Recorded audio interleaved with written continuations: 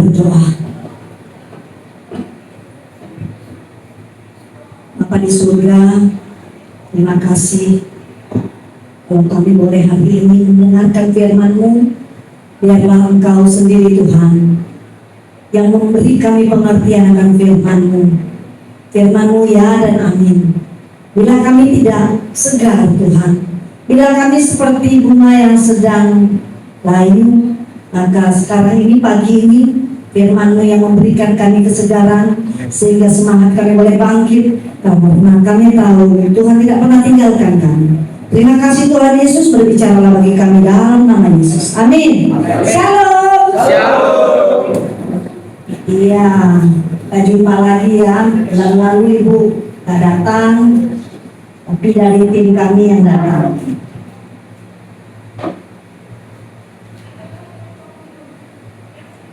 Firman Tuhan pada pagi hari ini bertema dari kaum adalah dusta iblis di tengah kepalsuan dunia. Ya, kalau ada kata kepalsuan, ya kan? Apa saja yang bisa palsu? Sepatu pun ada yang palsu ya Pak. Kalau sepatu merek itu kan mahal, bisa jutaannya. Kalau dipalsukan mungkin bisa harga 50.000 ya. Ya, apalagi yang palsu Pak? Senyum palsu bisa nggak? Kalau bapak-bapak di rumah mungkin senyumnya bisa palsu ya. Karena apa? Ada disembunyikan di luar.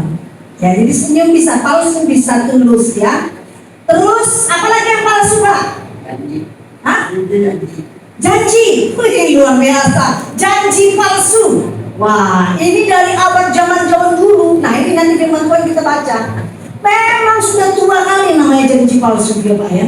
Kita belum lahir ke ribuan tahun yang lalu pun belum palsu. Apalagi uang palsu ada. Wah, kita bisa bedakan nggak uang palsu? Saya mau main-main sedikit ya. Saya ada bawa uang palsu Pak. Ya kan? Uang palsu. Ini ada banyak Pak. Uang palsu ini ada uang 20.000 ya. Kira-kira uang palsu ini kita bisa beli apa enggak? Kopi? Tidak bisa. Hah? Uang palsu? Ini saya ada banyak. Kalau saya kasih uang palsu ini, nggak bisa ini dibeli apa? Bisa? Hah? Bisa? Bisa?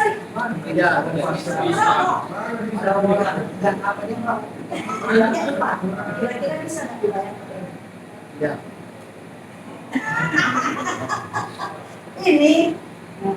Ini kan 20.000 kan? Jadi uang palsu ini kalau dikasih 5 lembar sama bapak, ya kan? 5 lembar, kira-kira mau nggak? Tidak. Enggak ya. Coba kemarin dulu bagi sini. Ya, sini. Ini depan ini. Iya kalau gitu ini depan. Sini ya, sini. Sini lah dulu. Bawang palsu Eka mana ya Eka? Eka bangun. Sini dulu Eka. Jangan melamun. Jangan malu-malu. Ini si Eka. Eka namamu? Eka bangun ya. Kasus semua pada itu. Narkoba, oke. Narkoba bisa bikin uang kayak orang kalau pasar juga. Sedikit bisa. Oke. Jadi kalau kasih uang palsu ini nggak apa-apa. Nah ya. Coba lihat. Dari uang palsu ini kan ada yang bisa kolen yang asli. Ada. Oh, coba. Kalau yang asli bisa lihat ya. Oh, jadi kalau yang ini tegang. Kira-kira yang 5 biji yang palsu dibandingkan dengan yang asli, kau pilih yang mana? Yang asli ya. Walaupun pilih sedikit ya. Kita aja ya. Tidak tahu dia Bu. Hah? Jangan sikit aja nampak. Nah, nampakmu yang asli? Yang mana? Jago ya. Jangan tempat kebanyakan.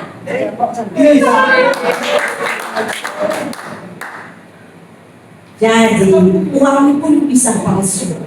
Semua bisa palsu. Sekarang ini zamannya teknologi. Ya, kamu ada foto dia begini aja, nanti dibuatnya bicara pakai bicara yang menghina orang dan yang lain-lain. Dikirain orang itu bahwa kita yang bicara, padahal itu adalah palsu, Pak.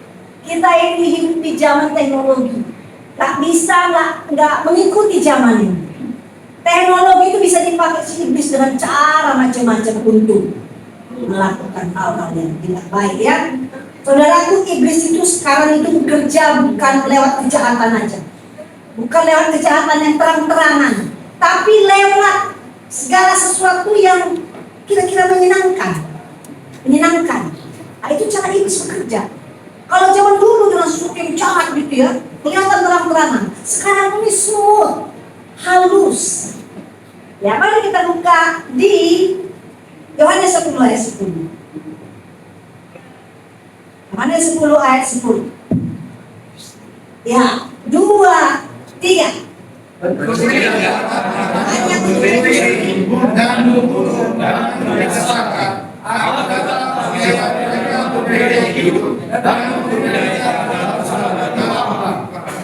Amin. Pertanyaannya yang pertama, apa yang dicuri iblis ini? Apa yang dicurinya yang pertama? Mencuri, membunuh, dan membinasakan. Mau masuk? Ayo. Ya, mencuri sukacita kita, Pak. Ketika engkau kemarin kena tangkap, apa kau bilang, yes, aku kena tangkap gitu? Tahu tidak? Yes, kena tangkap. Enggak, kecuali memang sengaja, atau sengaja.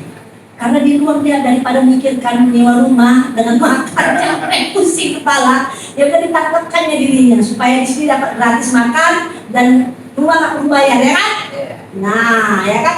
Jadi mencuri sukacita, damai sejahtera kita, mencuri iman percaya kita, mencuri masa depan kita. Kalau mencuri iman kita bagaimana? Ketika kita ditangkap, apakah kita bilang, yes Tuhan, Engkau paling baik? Kan enggak.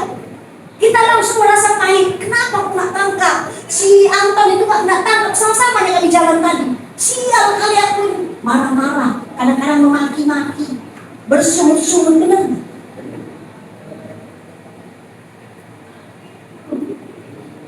Jadi iblis berusaha mengambil apa yang berharga dalam hidup kita, apa yang berharga untuk uang kita, bukan rumah kita. Di sini yang paling berharga, sukacita, damai sejahtera. Ingat tak kau dulu sebelum kau bandel? Mungkin dalam keluarga penuh sukacita, damai sejahtera, gembira, ingat enggak? Tapi ketika kau kepleset, hilang di sini. Dan itulah yang paling berharga yang dicuri si iblis. Contohnya, waktu kita beli HP baru, Pak, entah merek apalah namanya, merek Samsung atau merek apa, kan bagus, ya kan? Terus kita pasti akan melihat hal-hal yang baik, yang menyenangkan hati kita. Tapi satu kali ada satu link yang masuk, kau klik, padahal link itu ada virusnya. Tapi ketika kau klik, maka handphone yang baru itu udah error, udah rusak. Ya. Gitu juga hidup kita, Pak. Hidup kita ini diciptakan baik-baik sama Tuhan. Dikasih makan, napas kehidupan, dikasih kesehatan, dan lain-lain.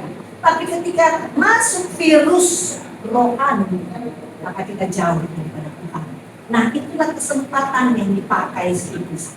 Iblis itu pendusta dan bapa segala dusta. Yohanes 8 ayat 44. Yohanes 8 ayat 44.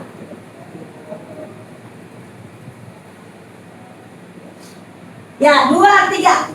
Iblislah yang menjadi bapamu, dan kamu mengikuti keinginan bapamu. Dia adalah pembunuh manusia dan semula, dan tidak hidup dalam kebenaran, sebab di dalam dia tidak ada kebenaran. Apabila ia katakan sesuatu, dia berkata atas kehendaknya sendiri, sebab dia adalah pendusta dan bapa segala dusta. Ya, bapa segala dusta. Yang tadi kita bilang janji palsu itu bapa dusta, penipunya dia, ya kan? Nah, saudara yang dikasih Tuhan, iblis itu bukan mempunyai senjata yang tanduk terus apa, enggak. Senjata terbesar dia adalah dusta. Kita lihat kapan kejatuhan manusia ke dalam dosa. Waktu Hawa komunikasi dengan si iblis. Ya, si Hawa ini komunikasi dengan si iblis. Apa kata si iblis? Enggak, dia bilang, betul kan? Lawan aja Tuhanmu. Enggak, dia bilang, Kejadian 3 ayat 4. Ayo, apa yang dia bilang? Sekali-kali kamu enggak akan mati, katanya sama siapa? Kejadian 3 ayat 4. Tetapi ular itu berkata kepada perempuan itu, sekali-kali kamu tidak akan mati. Saudara yang dikasih Tuhan, ketika engkau melakukan sesuatu yang tidak Tuhan suka, mencuri, ataupun narkoba, ataupun apapun yang jahat, apa dibilang iblis dalam hati kita? Gak apa-apa. Gara-gara itu hidupku hancur. Di penjara 5 tahun, gak apa-apa. Gak ada masalah itu. Curi aja, gak apa-apa. Korupsi aja, gak apa-apa. Nanti paling kalau kena ya potong-potong tanah atau kayak mana nanti 2 tahun. Gak apa-apa kalau masalahnya di penjara kalau 2 tahun. Setelah itu kalau hidup makmur, yes, ada mau lagi. Itulah cara iblis menipu, dusta iblis. Seperti Hawa. Dia bilang sekali-kali ada Hawa, nggak matinya kau. Padahal kata Tuhan kan, jangan kau makan buah itu nanti kau mati. Tapi iblis tak bilang, lawan Tuhanmu. Gak gitu dibilang sama siapa? Sekali-kali hal-hal kecil. Sekali-kali kau tidak akan mati. Aku yang kasih Tuhan. Racun yang paling berbahaya bukan racun yang pahit, tapi racun yang manis. Segala yang manis belum tentu enak. Kebanyakan makan gula juga diabetes. Ya kan, racun itu racun Pak. Jadi cukup aja secukupnya ya. Si iblis menawarkan semua yang manis. Ambil aja, karena nanti engkau akan senang. Nggak apa-apa. Itulah yang ditawarkan si iblis ya. Begitu juga dengan dosa. Di awal menyenangkan, tapi iblis gak pernah cerita akibat dari yang kita lakukan. Dia hanya bilang, lakukan aja, gak apa-apa. Dia gak akan bilang, kau lakukan ini akibatnya akan begini. Gak, dia bilang akibatnya. Yang dia bisikkan adalah, kau lakukan aja. Sekali-kali kau gak apa-apa, gak akan hancur hidup kau. Yang pertama tadi, itu yang mencuri. Cinta, damai sejahtera, iman kita kepada Tuhan, itulah yang mencuri. Yang kedua, apa yang dibunuhnya Pak? Membunuh harapan kita, hubungan kita dengan keluarga, dan hubungan kita dengan sesama kita. Dia membunuh juga kerohanian kita. Ini puji Tuhan ya. Di sini selalu mau datang ke gereja. Adakah di sini yang tak pernah ke gereja sebelum masuk di tempat ini? Di luar? Wah, luar biasa. Jadi jangan marah sama Tuhan, saudaraku. Tuhan itu baik. Supaya apa? Supaya engkau ada di sini, supaya engkau dengar firman Tuhan, supaya engkau tidak binasa menjadi teman iblis neraka. Maka dimasukkannya kemari untuk kau belajar firman Tuhan, untuk kau mengerti bahwa Tuhan tidak pernah meninggalkanmu. Memang gak enak seperti ini, seperti apa namanya? Bencana tanah liat. Kalau dibentuk jadi bejana, itu kan diputar-putar ya Pak ya bejananya, tanah liatnya kan, dipukul bahkan terakhir setelah dibentuk dibakar Pak. Sakit. Tanah liatnya boleh marah nggak bisa marah. Tanah liatnya boleh komplain nggak bisa. Tapi setelah ganti sudah jadi, maka bentuknya indah itu bejana menjadi berharga, ada nilainya, bisa dijual dan orang menyukai. Kita juga begitu Pak. Lewat masalah-masalah hidup kita, lewat penderitaan kita ini sedang dibentuk supaya nggak binasa. Karena tujuan iblis adalah membinasakan, dan dia membinasakan. Dia mau ketika kita tinggalkan dunia ini kita binasa, masuk dalam kekekalan. Dan Tuhan tidak mau, karena kita adalah biji matanya. Ya, kayak mana Bu Pak Kuni? Udah nggak berbentuk, buka nggak ada lagi, nggak ada lagi indahnya dilihat, nggak ada Bu. Istri itu kayak mana ngeliat aku lagi, nggak suka dia sama aku. Saudara yang kasih Tuhan, meski seluruh dunia ini tidak menyukai kehadiranmu, tidak menyukai keberadaan, tapi ingat, sampai kapanpun sejak kau masih ada di dunia ini, sampai kapanpun kau di dunia ini, ingat Tuhan masih suka padamu. Caranya Bu, dari mana dia suka? Aku susah sekarang, semua udah pada pergi, uang udah habis, semua pada pergi. Caranya kau ada di tempat sekolah. supaya kau dengarkan siapa Tuhan. Di luar kau nggak tahu siapa Tuhan, kau nggak nampaknya, nggak ada. Senang-senang hidup. Tapi di sini kau belajar Tuhan itu ada. Dia tidak akan pernah tinggalkan satu manusia pun selagi masih di bumi ya. Kecuali kita udah masuk lubang 2 kali 3, nggak ada kesempatan Baba itu baru. Ya, nah. Jadi yang dihancurkannya adalah membunuh harapan kita. 2 Korintus 11 ayat 14. 2 Korintus 11 ayat 14 Pak. Apa dikatakan? Ya, hal itu dua dia. Hal itu tidak dapat mengherankan, sebab iblis pun menyamar sebagai malaikat terang. Malaikat terang. Iblis itu kan roh ya, nggak manusia, nggak ada dagingnya Pak. Malaikat yang jatuh, yang berontak kepada Tuhan, ini malaikat berontak kepada Tuhan karena dia mau sombong, karena dia pintar nyanyi, karena suaranya bagus, maka dia jatuh ke dalam dosa. Maka Tuhan menyepak dia, tidak lagi menjadi malaikat, tapi menjadi iblis namanya.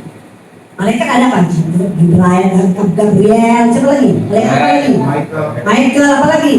Banyak itu satu ini dengan si iblis. Sewaktu si iblis tidak memberontak sama Tuhan, tapi setelah dia memberontak sama Tuhan, dia menjadi iblis yang jahat dan dilempar ke tempat yang paling gelap. Ya, saudaraku yang dikasih Tuhan, iblis itu menawarkan kepalsuan sehingga membuat manusia itu menghilangkan jati dirinya.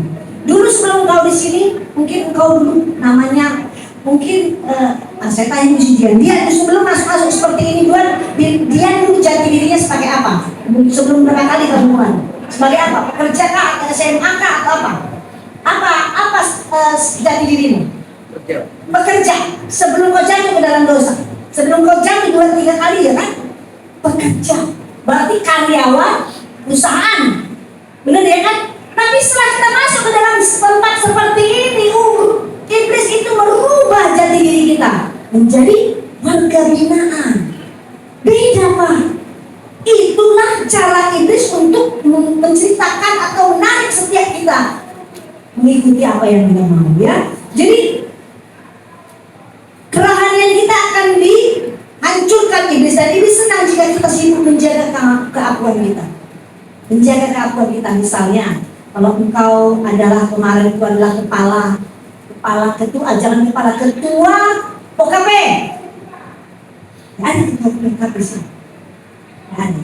Di tempat sana ada. Ketua OKP, jangan bangga. Semua orang bilang siap ketua.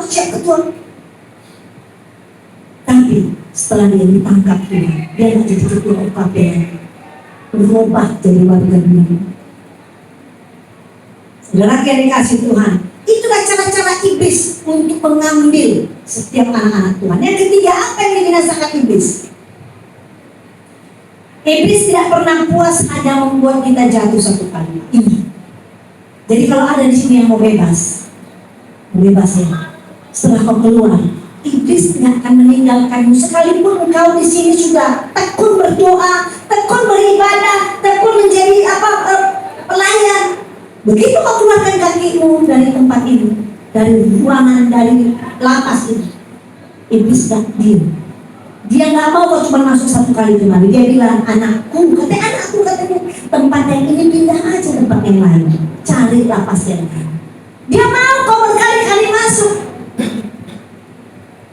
Karena yang pertama kali, pencuri datang untuk mencuri, membunuh dan membinasakan. Itulah kerjaannya si iblis ya. Jadi tujuan akhir iblis menghancurkan orang itu semua. Tadi saya dengar Bapak ini janji palsu. Saya mau tanya. Kebohongan apa? Ini jujur ya, karena kita bicara soal iblis, kita telanjang iblis. Kebohongan apa yang kau simpan, yang keluargamu datang? Kalau di sini tahu nggak apa-apa. Yang saya tanya, kebohongan apa yang kau simpan, yang keluargamu nggak tahu? Siapa benar? Kadang saya 2 bulan nggak ada kesaksian. Kebohongan apa yang kau simpan? Ayo Pak, yang pertama apa? Yang Bapak saya dulu. Kebohongan apa yang Bapak simpan, keluarga Bapak sampai sekarang tahu? Narkoba, nggak tahu dia. Luar biasa. Sama Bapak namanya siapa? Tupak Silalai. Siapa lagi yang berani menelanjang iblis? Apa Pak? Mengambil tempat lain selain dari istri. Perzinahan, luar biasa, nggak tahu istri. Luar biasa. Satu lagi, ayo saya kasih kesempatan. Satu lagi. Iblis kita telanjangi ada. Satu lagi mana? Gak ada. Apa tuh Pak? Selalu membohongi orang tua agar dia bisa menjadikan uang ke sini. Membohongi orang tua yang kamu simpan apa? Kamu bilang apa sama dia? Seolah-olah kamu ibadah itu. Yang membuat kamu, orang tua kamu mengirimkan uang, apa yang kamu bohongi? Apa yang kamu simpan? Simpan Kebohongan apa yang kamu simpan? uang. Supaya dapat uang. Uang itu apa Pak? Main judi? Berarti mengambil uang itu, menyimpannya, nggak tahu pikir orang tua itu kamu makan ya kan? Tapi ternyata kamu pakai untuk yang enggak. Saudara yang dikasih Tuhan, apa yang kau bilang dari 3 orang itu adalah pernyataanmu untuk menelanjangi iblis, dan Tuhan suka. Saya apresiasi yang itu 3 orang ya. Ya makanya kalau saya suruh lain kali harus ada 3 ini. Mana yang 3? 1 Pak. Nah, kasih kawannya lagi 2 sana. Kasih kawan 2. Nah, saudaraku yang dikasih Tuhan, engkau harus lebih pintar dari iblis si pencuri dan penipu itu. Kalau engkau berkali-kali jadi sasaran tipuannya, karena apa? Karena kau layak ditipu. Sekarang saya tanya, orang yang biasa menipu, saya misalnya contoh saya penipu. Terus tiba-tiba ada contoh bapak ini mau nipu saya. Udah saya tahu gerak-geriknya, cara bicaranya, udah tahu mau menipu ya. Karena saya ahli menipu. Kalau engkau tahu gerak-gerik iblis untuk menipu, lebih tahu kau nggak, iblis gak akan bisa menipu dengan cara apa? Saya mau kasih tahu, kalau kita membohongi orang lain, Tuhan tahu sendiri. Dan yang kita nikmati hanya sementara. Kalau kau nikmati sementara saja, sementara dosanya sama, untuk apa? Dan kau hanya menyenangkan hati si iblis. Padahal hidupmu itu diberikan makan dari Tuhan, nafas hidup dari Tuhan, pikirannya terang dari Tuhan. Coba tiba-tiba bangun pagi tadi, kau jadi amnesia, bingung namamu siapa, kau nggak tahu, malah kau nggak tahu, kok aku bisa di sini? Bisa pikir lagi? Ya bisa, tiba-tiba ada yang otak kita. Tapi setiap pagi engkau ingat. Tapi ingatlah, jangan yang kau ingat masalah-masalah dosamu, hubunganmu terhadap perzinahan, terus uang tipuanmu ada di sana, terus narkobamu yang kau simpankan di sana. Jangan itu yang kau pikirkan Pak. Kenapa? Karena itu menyenangkan iblis. Saudaraku yang dikasih Tuhan, contoh pencuri masuk ke rumah seorang, sudah diintai, maka niatnya hanyalah untuk mencuri yang ada di situ, karena dia makan. Maka masuklah di dalam rumah orang itu, dicuri dan ternyata ada dompet itu yang belum. Tapi ketika dompetnya diambilnya, keinginannya lebih besar, mau mengambil lebih banyak lagi, maka dibukainya yang punya rumah. Mungkin dibunuhnya yang punya rumah, supaya dia bisa ambil lebih banyak lagi di situ. Kemudian supaya nggak ketahuan, maka rumah itu akan dibakar. Begitu contohnya cara yang iblis bekerja, juri, membunuh, dan membinasakan. Kalau engkau membiarkan dirimu dicuri iblis sukacitamu, oke, stop sampai di situ. Dia nggak boleh membunuh engkau. Membunuh engkau maksudnya gini, mana lagi pengharapan hidup ini? Yang penting ya sudahlah, sampai kapan saya hidup, karena kau nggak punya pengharapan. Itu nomor iblis, sehingga engkau menjadi binasa sampai dengan selesai hidup. Saudaraku yang dikasih Tuhan, bagaimana kita tahu kalau iblis? Bagaimana kita tahu kalau iblis sedang menipu kita, sedang mempengaruhi kita? Yang pertama, saat dosamu yang kecil kau biarkan begitu saja. Saat menyimpan dendam yang kecil kau biarkan begitu saja. Saat kau membuat kompromi yang kau pikir, ini kompromi gak apa-apa nih.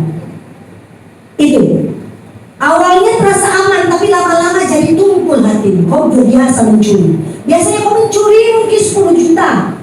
Karena udah biasa 10 juta, gak deg-degan lagi. Maka mulai kau meningkatkan jadi 100 juta. Mungkin kau akan menjual engkau akan tingkatkan jadi 10 ton. Mau 100 gram. Saya mau sampaikan, 1 gram sama 1 ton dosanya sama, Pak. Jadi jangan tanggung kau kalau main-main narkoba. 1 ton sekalian. Maksudnya Pak sini juga.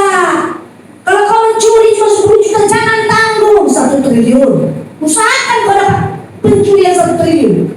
Karena kau juga kau akan tahu akhirnya akan dilampas. Dosanya sama. Sama Pak, nggak ada dosa yang kecil, nggak ada. Sama. Jadi jangan tengah-tengah.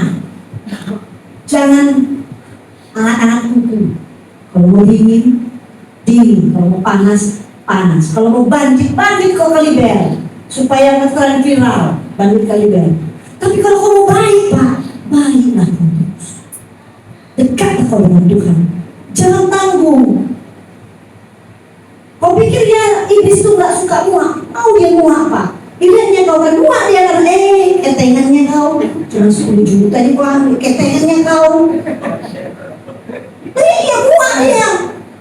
Dipanggilnya kawannya, dia bos ketua juga iblis itu.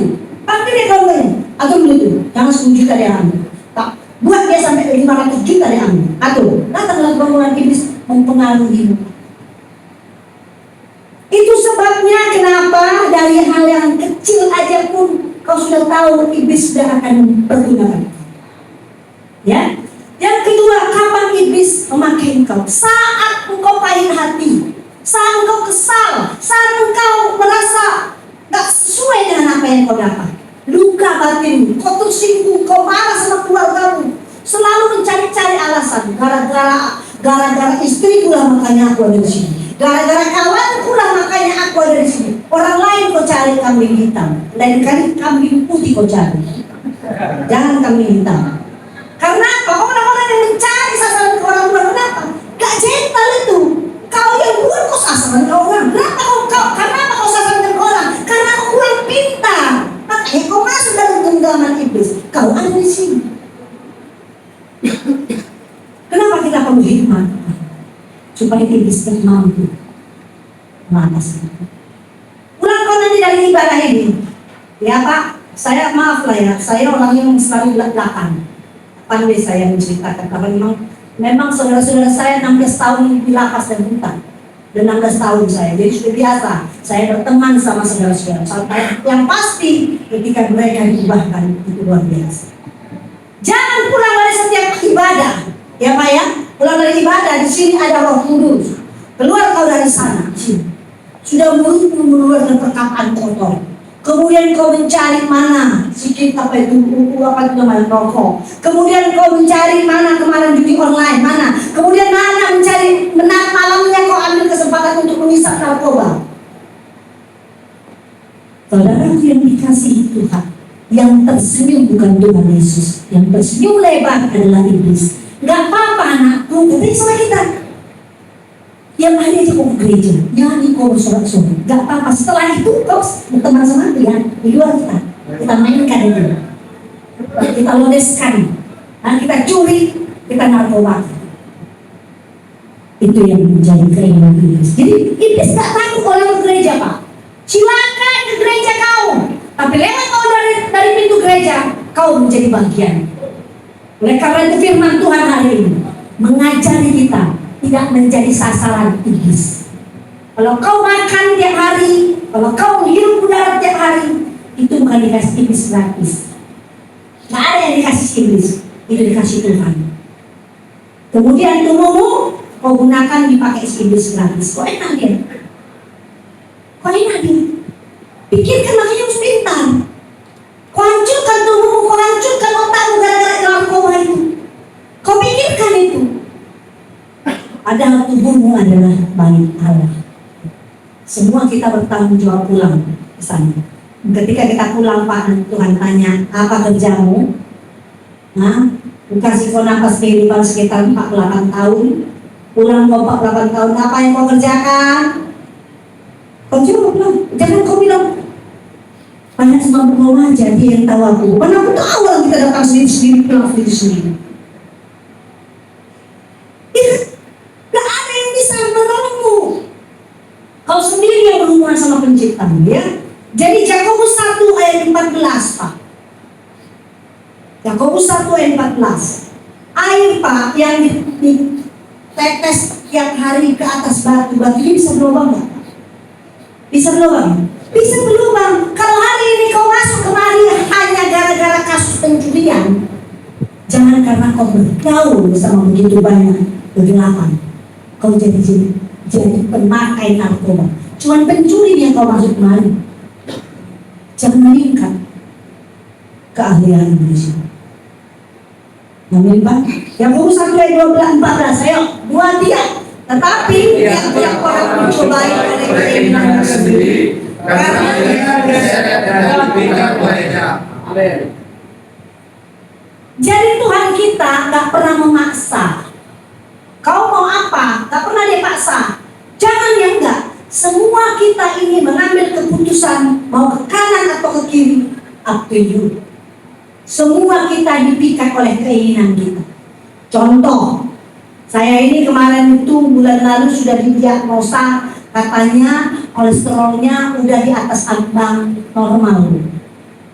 Jangan makan makanan yang berlemak, kacang-kacangan. Jangan makan jeroan. Udah. Kemudian setelah ini bicaranya mengapa menggoda ya. Kemudian ada kalanya setelah saya istirahat, layanan sudah selesai, ada saat-saatnya saya duduk tenang jam-jam 5:30 sore. Apa yang masuk dalam pikiran saya? Enak juga itu ususnya sate padang itu, jeroan, kental lagi. Sudah bermain di otak saya. Maka di hati saya mengatakan, jangan. Tapi di otak saya gambarnya jelas, mangkoknya, warna kuahnya sangat jelas Pak. Sementara suara di hati saya sangat kecil, halus. Dengan kolesterol di ambang batas normal. Maka asap-asap sate padang itu sudah terlihat di otak saya. Orang akan jatuh berdasarkan keinginannya. Haruskah kita jalan? Haruskah kita puasi keinginan kita? Kalau kita puasi, saya jadi waktu itu makan sate. Tuhan gak bilang ke kau sih, udah aku bilang jangan. Tapi keputusanmu mengambil yang begitu. Aku ini Bapa yang penuh kasih.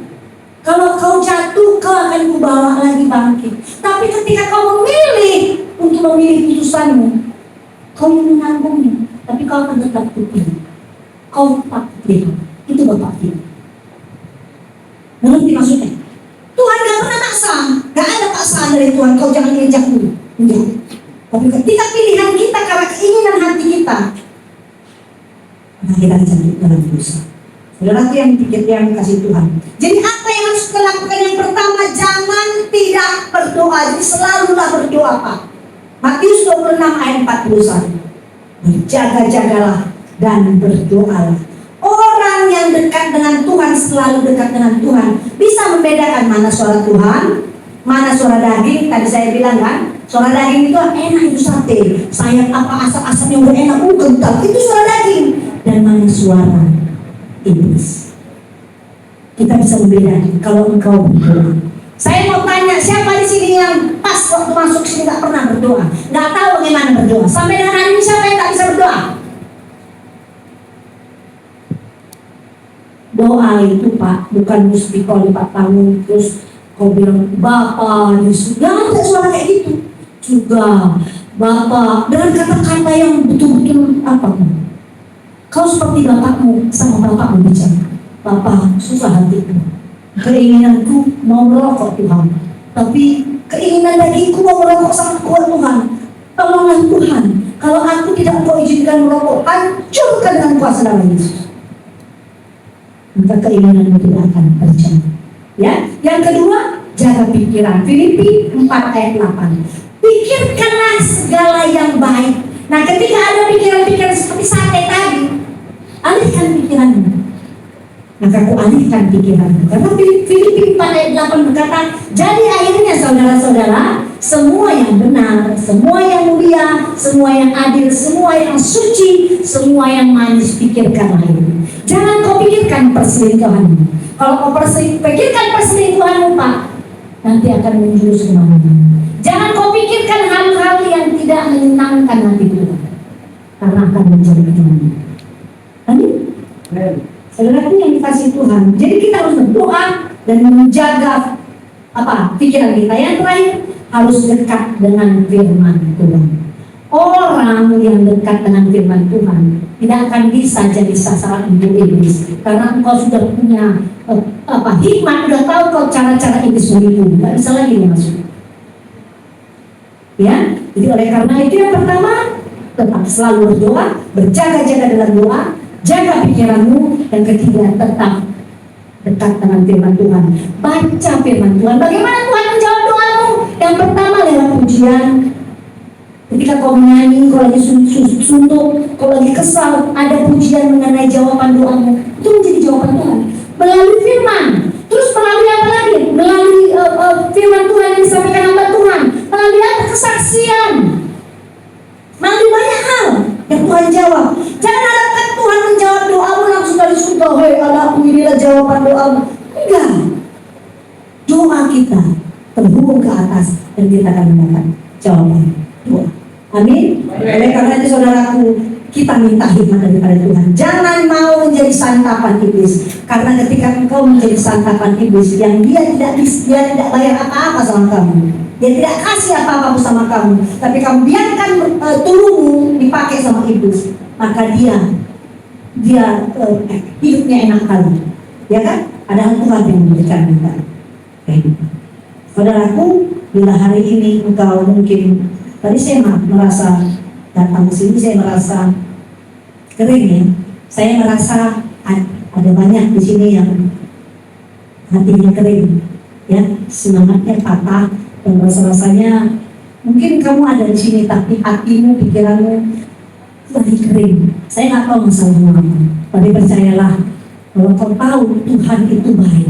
Kau harus cari Dia, kau harus jumpai Dia dengan apa? Dengan doa.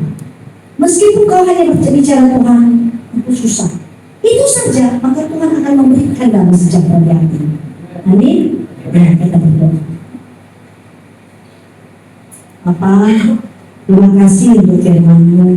Kami tahu Tuhan, kami sedang ada dalam dunia di mana kami harus berperang melawan tipu muslihat iblis, ya Tuhan Yesus.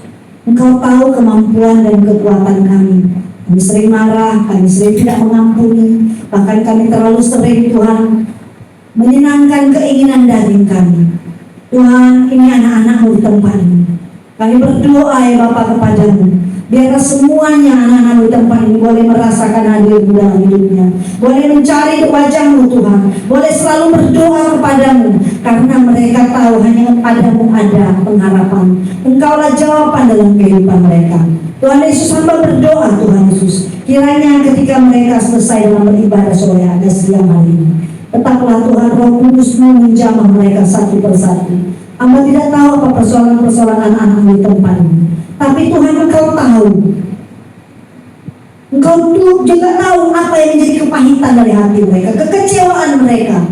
Engkau pun tahu Tuhan. Dan biarkan mereka menyerahkannya semua kepadamu. Biarkan mereka tahu bahwa ada pengharapan bersama Yesus, karena tidak ada jawaban selain bersama Yesus. Terima kasih Tuhan Yesus. Hamba berdoa untuk kesehatan mereka, semua yang